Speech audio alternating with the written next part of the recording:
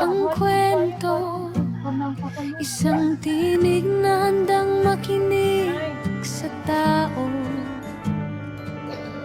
Sa bawat ngiti at luha. Pero paningkamutan dyan nato nga mahatod. Labi na gidron kay Domingo dako kay tag free time nga ato yung mahatod ning mga konsumo ni nanay. Thank you kaayo sa inyo mga butan kong sponsor. Hindi kailangan ng yaman o pangalan. Lami kayo na no. Sapat na ang malasakit. Wala, kung nagulog ka mo ka at chicken joy nice. Kanang ang kinabuhi sa tao, mabata o may edad, pag-abot sa panahon, dili ginato matagaan, mangandam gyud lang gyudaan. sa pagtulong sa kapwa.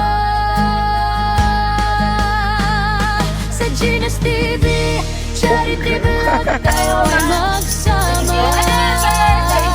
Kwento ng pag-asa, ibahagi mo ng tulong, munang yakap sa puso. Kumbo. Sa Oh. maliit. Okay. Kitagaan ta gracias Ginooron.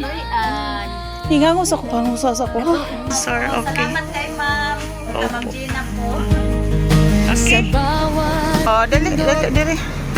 at bawat panonood, may buhay na muling tumitig. Aba ako'y tumatanda.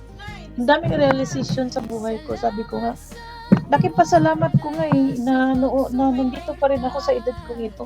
Malaking blessings na pala yun. Alam niyo, hindi pala pira ang nakapagpasaya ng tao kasi halos wala na nga akong oras sa pamilya ko.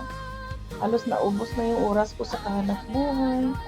Habang nandito pa tayo sa mundong ibabaw, mapanatilihin nating maging masaya at gumawa ng tama. Layunin natin sa buhay na habang nandito pa tayo sa mundong ibabaw, kahit papaano may magagawa tayong maganda.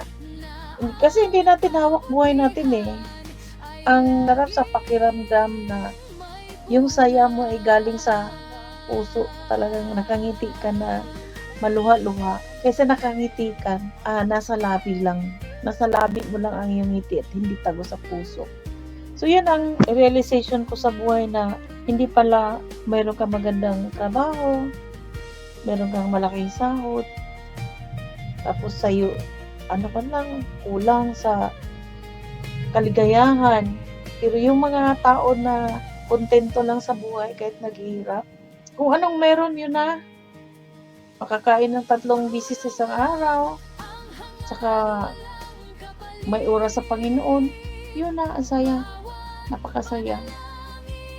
Yun ang buhay, kasi ang buhay natin, sabi nga, ay wither lang. Hindi natin alam kung kailan at ano ang ating patutunguhan. Pero, at least may mabubuti tayong gawa.